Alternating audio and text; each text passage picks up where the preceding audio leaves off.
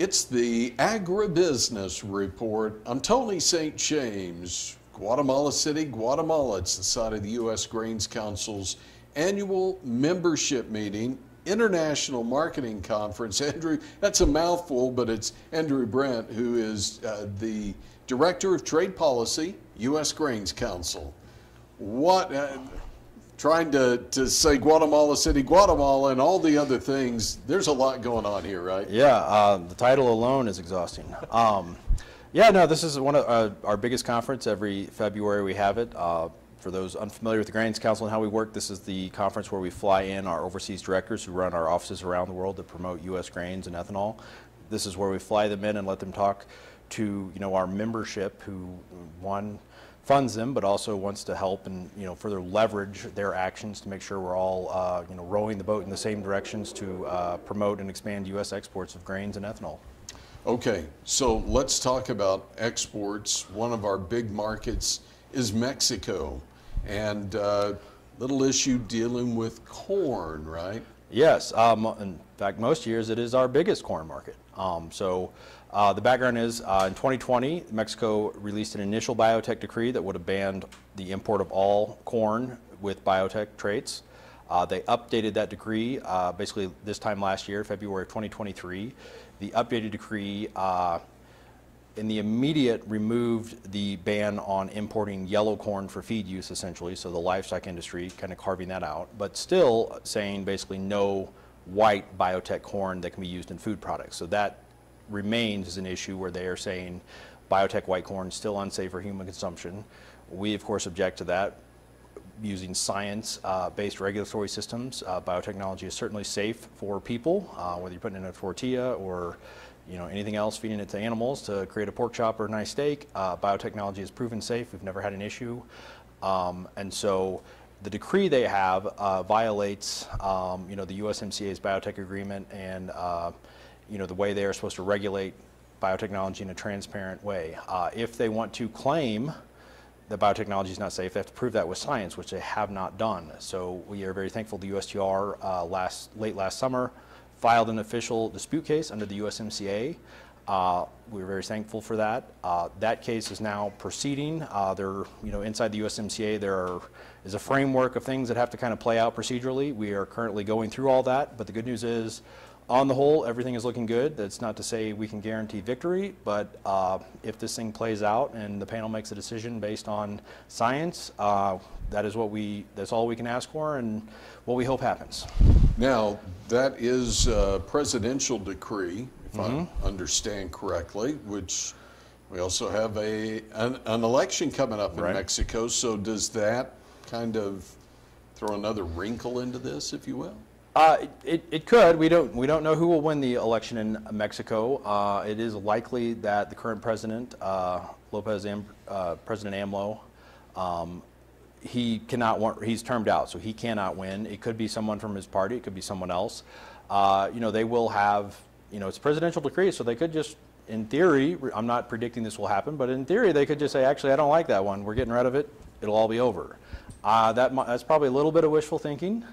But once this trade case plays out, it is likely that potentially the next president will have to deal with the decision and the outcome of this case.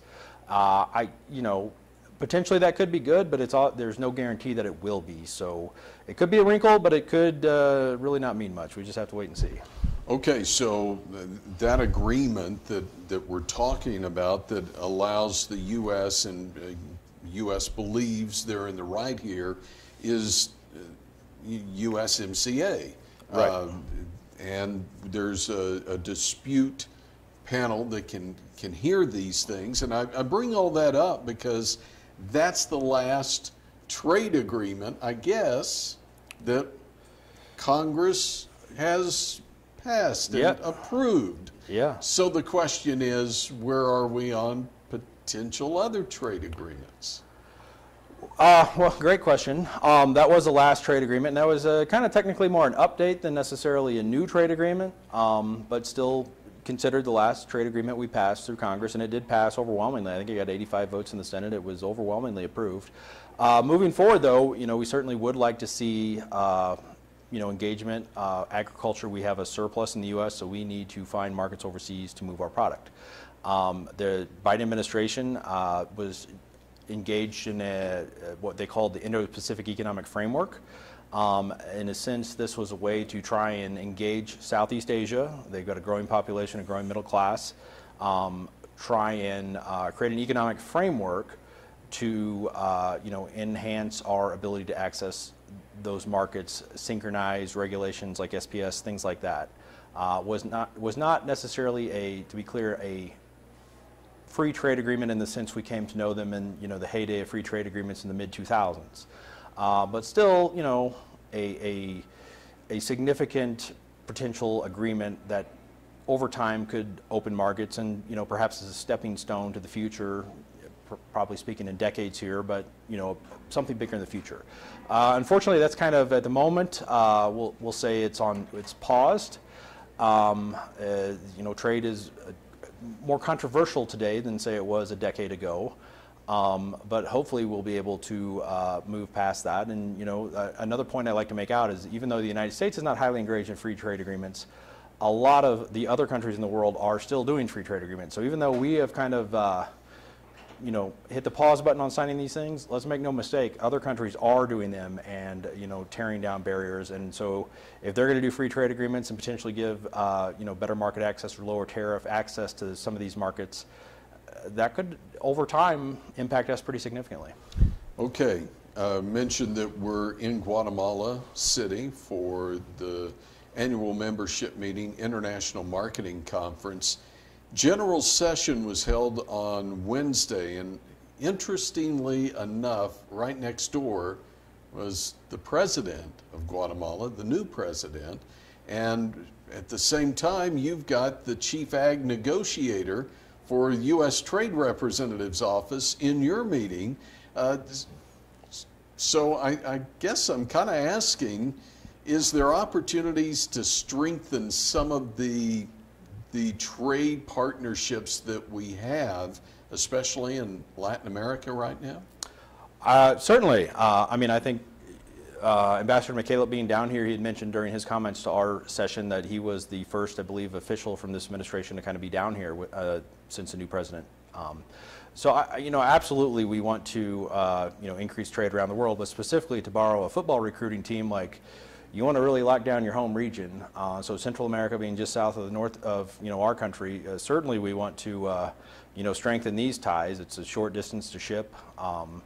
We absolutely want to kind of play here and make sure we are the first choice for grain, corn, soybean, barley, sorghum of countries that have this proximity to us. Do we also have to be aware of maybe some of the, let's stick with the ball game here, some of the trick plays, if you will, that might be coming? Maybe it's not a double reverse, but maybe something sneaking in as sustainability? Certainly, yeah. So that you've seen the right. The concept of sustainability is certainly not new, but what we are starting to see more and more, like the European Union, they have it's referred to as a program. I don't know that it officially is a program. It's more like an aspirational goal of farm to fork. It's not a single piece of legislation, but it's kind of a concept. We're starting to see more and more of that from the sense of, farm to fork at a macro high level is designed to make the food industry more efficient, use fewer chemicals, use fewer fertilizers, be better for the environment, which I'm not here to pass judgment on that goal, but I'll tell you this, I know from growing up on a farm, you cut fertilizer, you're probably going to cut production. And if you take away some of the crop protection tools, you're increasing the risk from insects or weed resistance, reducing your yield. So there's a trade-off there.